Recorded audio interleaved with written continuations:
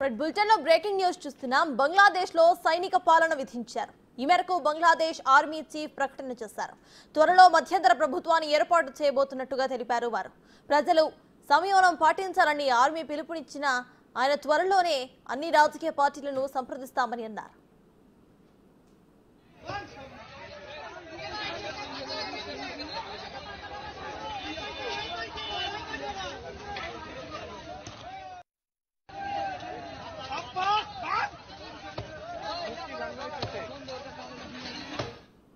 మరోవైపు ఢాకాలో ఆందోళనకారులు విధ్వంసం సృష్టిస్తున్నారు. పీఎం అధికార నివాసంలోకి చొరబడి తలుపులు, గాజు వస్తువులు, ఫైల్స్, ఫర్నిచర్, ప్రింటర్స్ అన్ని కూడా ధ్వంసం చేశారు. మరోవైపు బంగ్లా జాతిపిత షేక్ ముజిబుర్ రెహమాన్ విగ్రహాన్ని కూడా ఆందోళనకారులు ధ్వంసం చేశారు.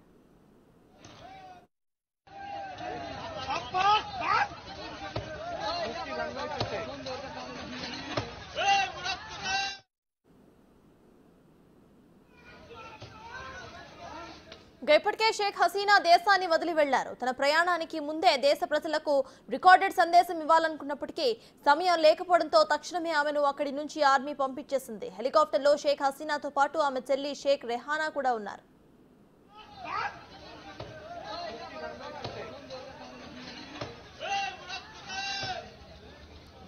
భారత్ బంగ్లాదేశ్ సరిహద్దులో హై అలర్ట్ ప్రకటించారు. కూచ్ బెహార్, పెట్రాపోల్ సరిహద్దుల్లో భద్రతను పెంచారు. సరిహద్దుల్లో బలగాలను బీఎస్ఎఫ్ అప్రమత్తం చేసింది.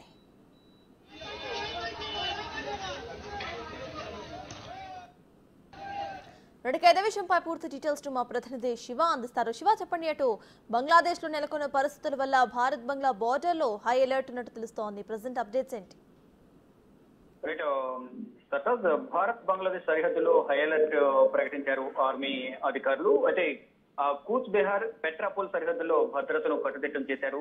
అంటే ఏదైతే సరిహద్దు బలగాలను అప్రమత్తం చేశారు బీఎస్ఎఫ్ అధికారులు, బంగ్లాదేశ్ లో నెలకొన్న పరిణామాల నేపథ్యంలో తక్షణం చర్యలు చేపట్టింది ఆర్మీ. అదే బంగ్లా ప్రధాని షేక్ హసీనా మిలిటరీ హెలికాప్టర్ అధికారిక నివాసం నుంచి అంటే ఢాకా నుంచి బయలుదేరినట్టు తెలుస్తుంది. అంటే ఢాకా నుంచి భారత్ వైపు పయనిస్తున్నట్టు తెలుస్తుంది. అంటే ఏదైతే షేక్ హసీనా C-130 మిలిటరీ విమానంలో ప్రయాణం చేస్తున్నారు. దేశం విడిచి భారత్ వైపు వెళ్తూ ఉన్నారు. దీనికి సంబంధించి వారు ఒక ట్రాకర్ ను కూడా ఆర్మీ అధికారులు రిలీజ్ చేశారు. అంటే అక్కడ ఎటువంటి అవాంఛనీయ సంఘటనలు జరగకుండా అందరూ కూడా అక్కడ ప్రస్తుతం అక్కడ సంక్షోభం ఏర్పడుతున్న నేపథ్యంలో రాజకీయ సంక్షోభం అన్ని రాజకీయ పార్టీలతో షేక్ హసీనా సంప్రదింపులు జరిపినప్పటికీ కూడా అక్కడున్న ప్రజలందరూ కూడా షేక్ హసీనాను రాజీనామా చేయాలి, తన ప్రధాని పదవికి అనేది ప్రధానంగా అందరూ డిమాండ్ చేస్తున్నారు. రోడ్లపైకి వచ్చి నిరసన తెలియజేస్తున్నారు. అక్కడున్న విగ్రహాలను ధ్వంసం చేస్తూ ఉన్నారు. ఎక్కడికక్కడ ఆర్మీ బలగాలు కూడా మోహరించి ఎవరైతే నిరసనకారులను వారందరినీ చెదరగొట్టే ప్రయత్నం చేస్తున్నారు. త్వరలోనే మధ్యంతర ప్రభుత్వాన్ని ఏర్పాటు చేసేందుకు ఆర్మీ రంగం సిద్ధం చేస్తుంది. ఢాకాలోని ప్రధాని అధికారిక నివాసంలోకి ఆందోళనకారులు త్వరబడ్డారు. అక్కడున్న ఫైల్స్ కానీ, వస్తువులు, ఫర్నిచర్, అలాగే ప్రింటర్లు అన్ని కూడా ధ్వంసం చేశారు. అంటే షేక్ హసీనాకు వ్యతిరేకంగా మొత్తం విధ్వంసం అయితే అక్కడ కొనసాగుతుంది. బంగ్లా జాతిపిత మన ఏవైతే చూస్తున్నామో అక్కడ బంగ్లా జాతిపితకు సంబంధించిన విగ్రహానికి సంబంధించి అక్కడ కూడా దాడి కొనసాగుతోంది. అంటే ప్రజలు సంయమనం పాటించాలని ఆర్మీ పిలుపు ఇచ్చినప్పటికీ కూడా అక్కడున్న ఆందోళనకారులు కానీ, షేక్ హసీనాకు వ్యతిరేకంగా పనిచేసే వారు అందరూ కూడా అక్కడ రోడ్లపైకి వచ్చి నిరసనకారులు ఆందోళన నిర్వహిస్తూ ఉన్నారు. ఎక్కడికక్కడ ఉద్రిక్త పరిస్థితులు నెలకొన్న నేపథ్యంలో ఆర్మీ మొత్తం బంగ్లాదేశ్ మొత్తం ఎక్కడైతే అలర్లు కొనసాగుతున్నాయి ఎక్కడంతా ఆర్మీ తమ చేతుల్లోకి తీసుకుని భద్రతను కట్టుదిట్టం చేసేందుకు ప్రయత్నిస్తున్నారు. ఇటు ఆర్మీ అధికారులు కూడా షేక్ హసీనాను రాజీనామా చేయాలని కోరారు. త్వరలోనే మరో ప్రభుత్వాన్ని ఏర్పాటు చేసేందుకు ఆర్మీ కూడా సన్నాహాలు చేస్తున్నట్టు తెలుస్తోంది. కానీ ఇటు ఏదైతే ప్రధాని ఎవరైతే ఉన్నారు షేక్ హసీనా, బంగ్లాదేశ్ ప్రధాని షేక్ హసీనా భారత్ వైపు వస్తున్నట్టు తెలుస్తుంది. భారత్ సత్సంబంధాలు ఉన్న నేపథ్యంలోనే భారత్ తో తలదాచుకోవడం ఇప్పుడు బెటర్ అనేది ఒక ఆలోచనకు వచ్చారు. దానిలో భాగంగానే బంగ్లాదేశ్ ప్రధాని ఇటు భారత్ వైపు వస్తున్నారు. బంగ్లాదేశ్ లో సైనిక పాలన విధించేందుకు కూడా ఇప్పుడు నిర్ణయాలు తీసుకున్నట్లుగా కూడా మన ప్రధానంగా తెలుస్తూ ఉంది.